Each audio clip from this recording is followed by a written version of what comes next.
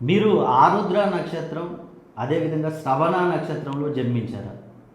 మీకు మంచి right time అనేది స్టార్ట్ అయిందండి. ఈ ఆగస్టు మాసం నుండి మీకు కొత్తగా పెట్టుబడులు పెట్టినా కూడా మీకు ఈ సంవత్సరం కలిసి వచ్చే అవకాశం ఉంది. అదేవిధంగా చూసుకున్నట్లయితే మీకు ఈ సంవత్సరం చూసుకుంటే నూతనంగా ఏ వ్యాపారం చేసినా కూడా కలిసి వచ్చే అవకాశాలు చాలా నిండుగా మెండుగా ఉన్నాయి.